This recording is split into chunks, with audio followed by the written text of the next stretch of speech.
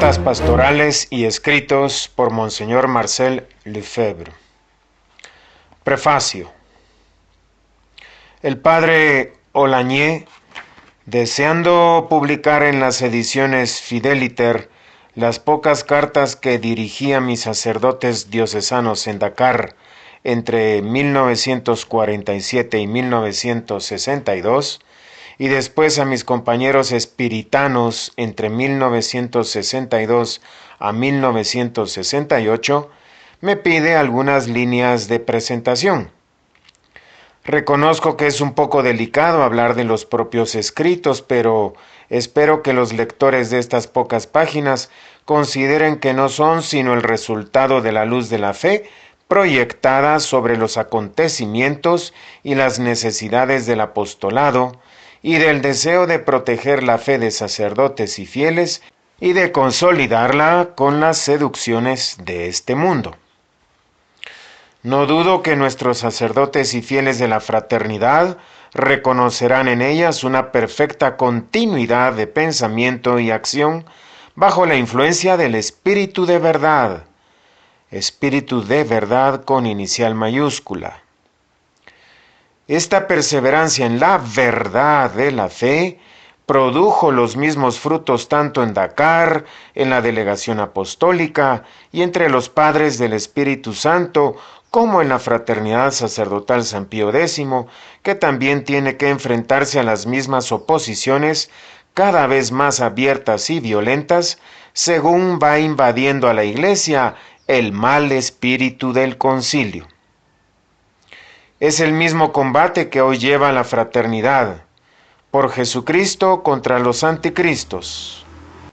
En tiempos de Pío XII, el Papa me alentaba y apoyaba, al igual que la mayoría de sus colaboradores en la Curia Romana, pero desde el pontificado de Juan XXIII, los papas me condenan, condenando así a Pío XII y a todos sus predecesores.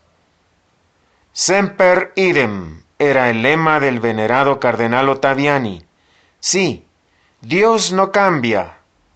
Ojalá que logremos no cambiar y permanecer fortes in fide, firmes en la fe, a ejemplo de María, reina de los mártires.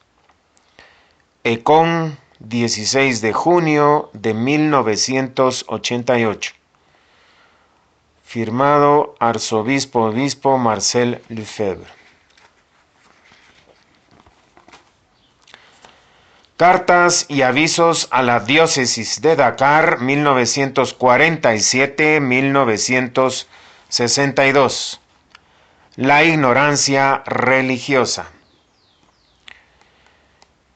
El Señor desde el cielo dirigió su mirada sobre los hijos de los hombres para ver si hay quien sea inteligente o que busque a Dios.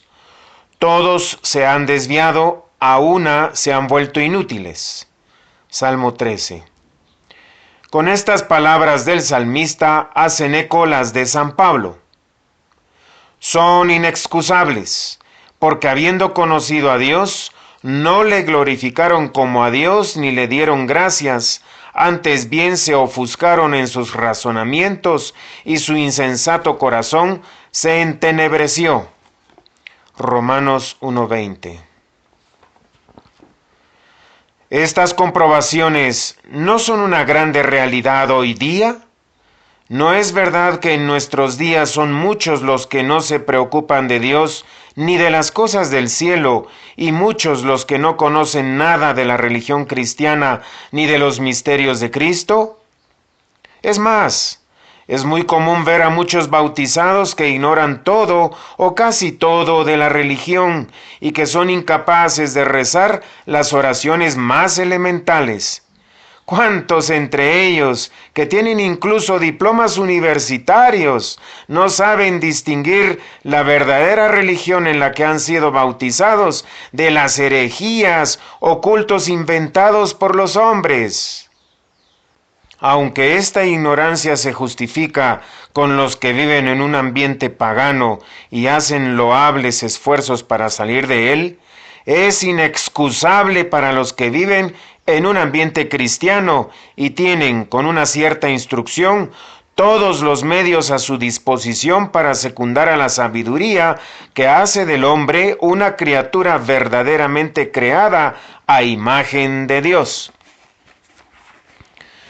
Todos los que tienen todavía el celo de la gloria divina, dice el Papa San Pío X, buscan las causas y las razones de la disminución de las cosas divinas. Unos dan unas, otros otras, y cada uno según su opinión propone medios diferentes para defender o restablecer el reino de Dios sobre la tierra.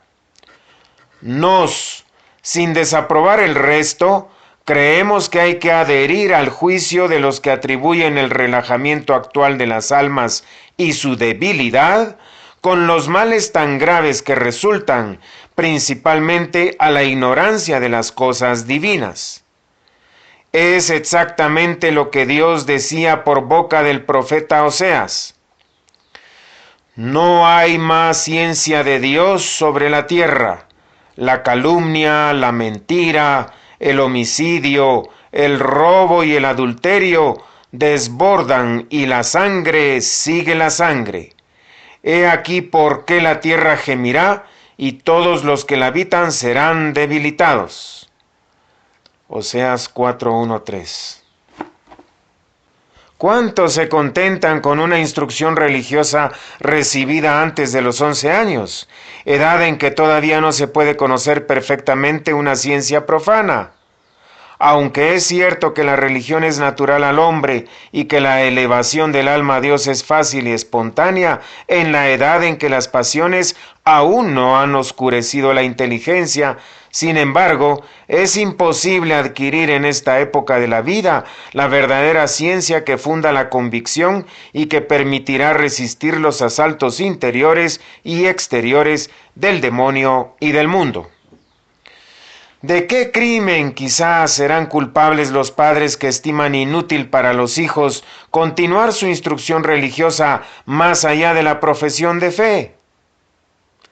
Se engañan los que creen que el conocimiento de la religión es bueno para la infancia, pero que el adolescente y el adulto deben considerarse eximidos de tal conocimiento y que una cierta práctica de la religión, como la asistencia a la última misa el domingo y la sola comunión pascual, bastan para llevar una vida cristiana.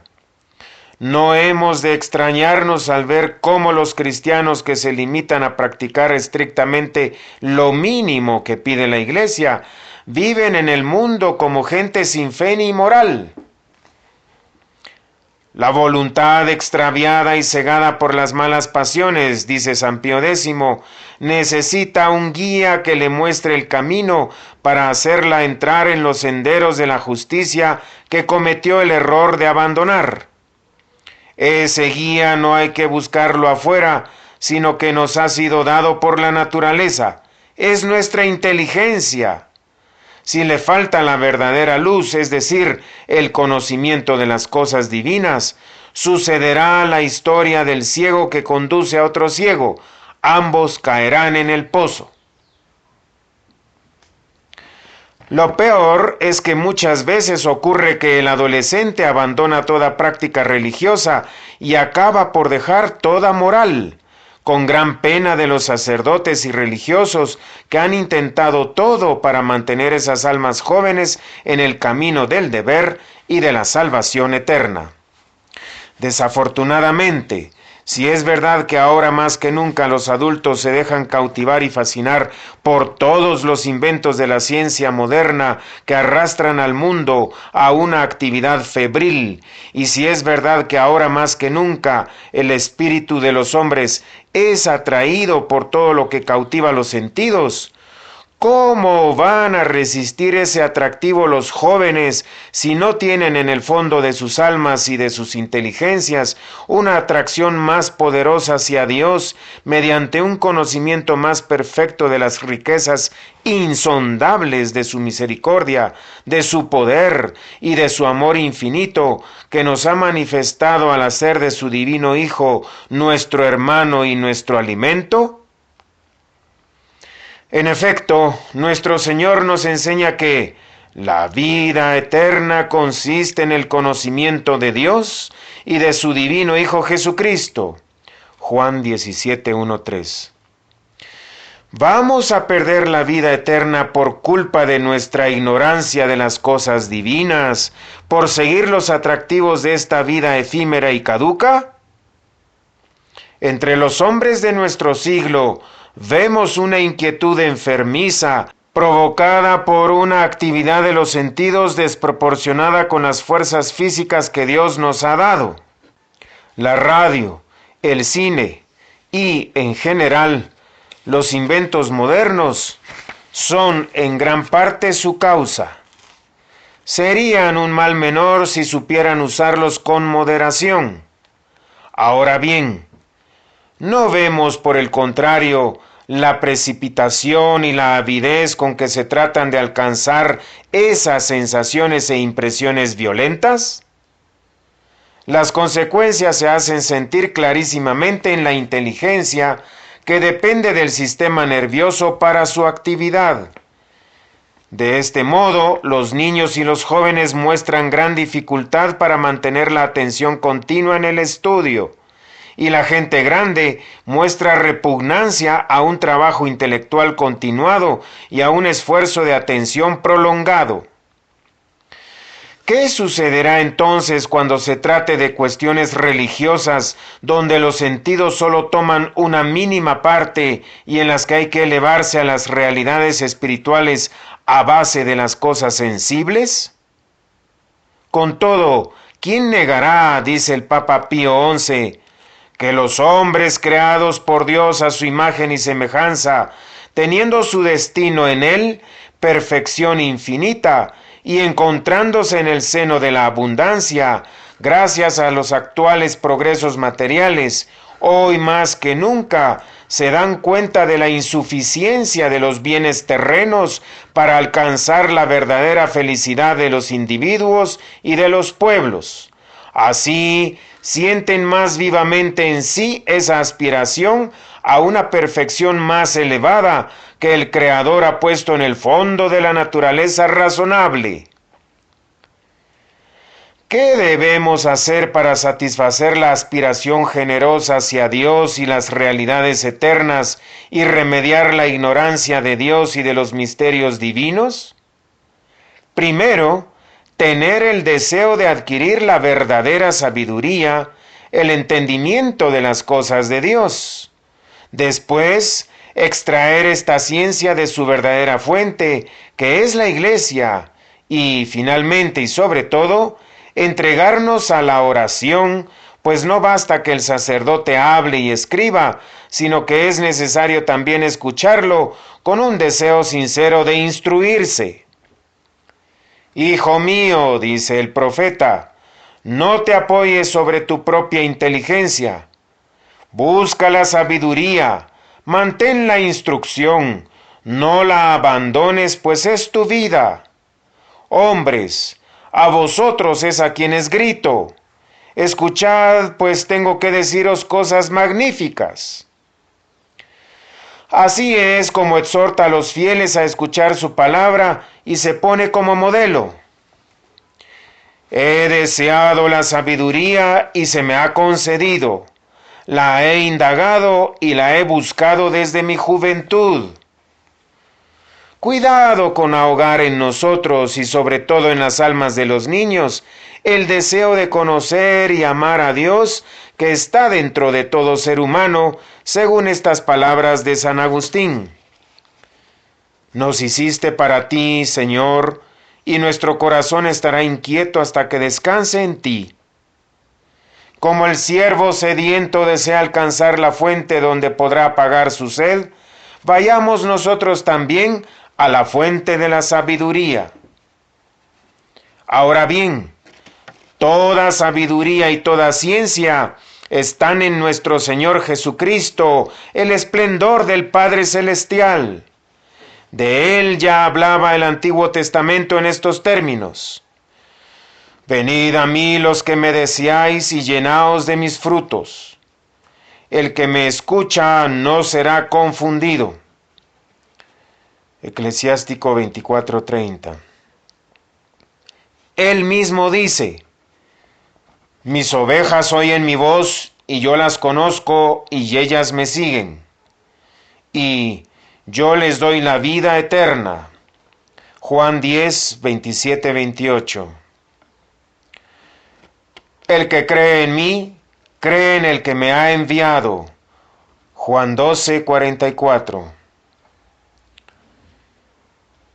Y dirigiéndose a sus apóstoles, agrega: el que a vosotros oye, a mí me oye, y el que a vosotros desecha, a mí me desecha. Lucas 10, 16. El colegio de los apóstoles, que tiene por cabeza a San Pedro, es la Iglesia, y ella sigue levantando su voz por medio de los obispos y los sacerdotes. De este modo concluiremos que el que desea adquirir la ciencia de Dios debe escuchar al sacerdote que imparte la enseñanza de la Iglesia. Ahora bien, el sacerdote imparte esta enseñanza de varias maneras: mediante la predicación dominical y de los días festivos, mediante las instrucciones de Cuaresma, sus conversaciones y visitas a los hogares en donde aconseja, refuta los errores e indica el camino de la verdad. Hay que combatir la costumbre de algunos fieles que, para cumplir su obligación dominical sin motivo razonable, escogen la misa en la que no hay predicación. Además, el sacerdote enseña mediante el catecismo a los niños y a los adultos. Sobre este particular, recuerden los padres el grave deber que tienen de enviar a sus hijos al catecismo, incluso al de perseverancia. Catecismo de perseverancia. La instrucción religiosa no es menos indispensable para el niño que sigue sus estudios en una escuela laica que para el que es alumno de una escuela católica. Que los padres hagan todo lo que esté a su alcance para suplir lo que le falta en el colegio. Esta es una de sus obligaciones más esenciales. Hemos comprobado con alegría que son cada vez más los fieles serviciales que se ponen a disposición de los sacerdotes para ayudarlos en la enseñanza del catecismo. Sepan cuán agradables para Dios y la Iglesia su generosidad, que les atraen las bendiciones del cielo. Otro modo de enseñanza de la Iglesia es por medio de la prensa, ya se trate de libros, revistas, diarios u otras publicaciones que alimentan y esclarecen la inteligencia y le dan el conocimiento de las cosas divinas. El libro de oro de la ciencia de Dios es, ante todo, la Sagrada Escritura. Los obispos, dice Pío XII, deben alentar todas las iniciativas emprendidas por los apóstoles celosos con el loable fin de excitar y mantener entre los fieles el conocimiento y el amor de los libros santos. Por lo tanto, favorezcan y sostengan las asociaciones piadosas que se proponen difundir entre los fieles ejemplares de la Sagrada Escritura, sobre todo de los Evangelios, y procuren que todos los días se haga la lectura piadosa en las familias cristianas. Dice San Jerónimo: la ignorancia de las Escrituras es la ignorancia de Cristo. Si hay algo que mantiene sabio al hombre en esta vida y lo persuade a sostener la integridad de su alma en medio de los sufrimientos y tormentos de este mundo, creo que es en primer lugar la meditación y el conocimiento de las Escrituras.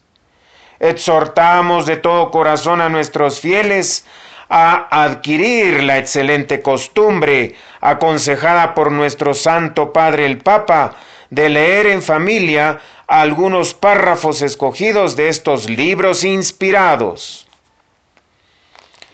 Queridos hermanos, no descuidéis cosa alguna que pueda daros un conocimiento más profundo de nuestra santa religión y del autor de toda gracia, nuestro Señor Jesucristo.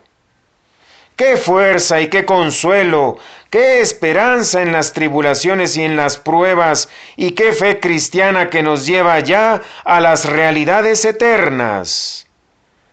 Al deseo de la ciencia de Dios y a la preocupación de abrevarnos de las fuentes de la verdad, hay que unir la oración del ciego en el camino de Jericó, a quien Jesús preguntó qué quería. Señor, que vea. ¿Con qué acento pronunció seguramente esas palabras aquel pobre enfermo? ¡Que vea! Y con todo, no se trataba sino de la visión de las cosas pasajeras. Nosotros podemos repetir esas mismas palabras con una insistencia y un corazón que atraigan la misericordia de Dios. En esta Santa Cuaresma hagamos el propósito de rezar con más humildad y contrición. Dios no desprecia el corazón contrito y humillado, para que la luz de la sabiduría y de la ciencia surja en nuestras almas como una aurora de paz y de bendición, esperando que el día del Señor nos encuentre para siempre en posesión de la bienaventurada eternidad. Dakar, 25 de enero de 1948.